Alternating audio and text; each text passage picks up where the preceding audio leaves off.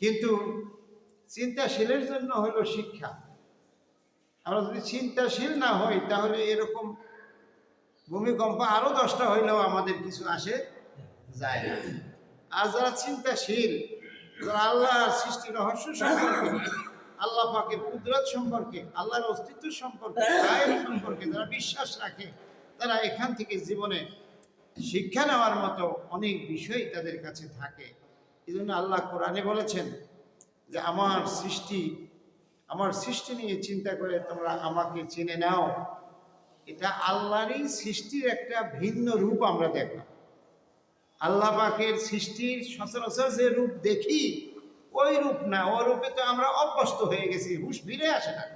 আজকের যে আল্লাহর সৃষ্টির রূপটা, এটা হলো নতুন একটা রূপ। এই রূপ দিয়ে আমাদেরকে ঝাঁকুনি দিয়ে আল্লাহ পাক হুঁশে আনতে চাচ্ছে।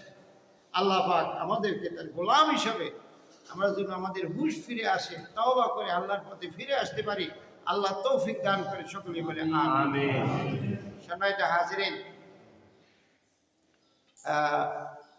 ইতিমধ্যে আপনারা যারা খবর বার্তা দেখেছেন বলতে পারবেন, পুরান টাউনে আমি যতদূর দেখছি 2-1টা বাড়ি ক্ষতিগ্রস্ত হয়েছে। 3 জন মারা যাওয়ার খবর আমার কাছে এ পর্যন্ত আসছে। হয়তোবা আরো ক্ষয়ক্ষতি সামনে থাকতে পারে। আল্লাহ পাক এই ক্ষয়ক্ষতি বসিয়ে তাদের ক্ষতির মুখোমুখি হয়েছে তাদের ধৈর্য ধরার তৌফিক দান করুন। আর এরকম ভূমিকম্প আল্লাহ যেন এই পরীক্ষা আমাদের না ফেলেন, আবার যেন পুনরায় এরকম কোনো পরীক্ষার মুখোমুখি আমরা না হই। আল্লাহ পাক আমাদেরকে হেফাজত করুন। সম্মানিত হাজিরিন,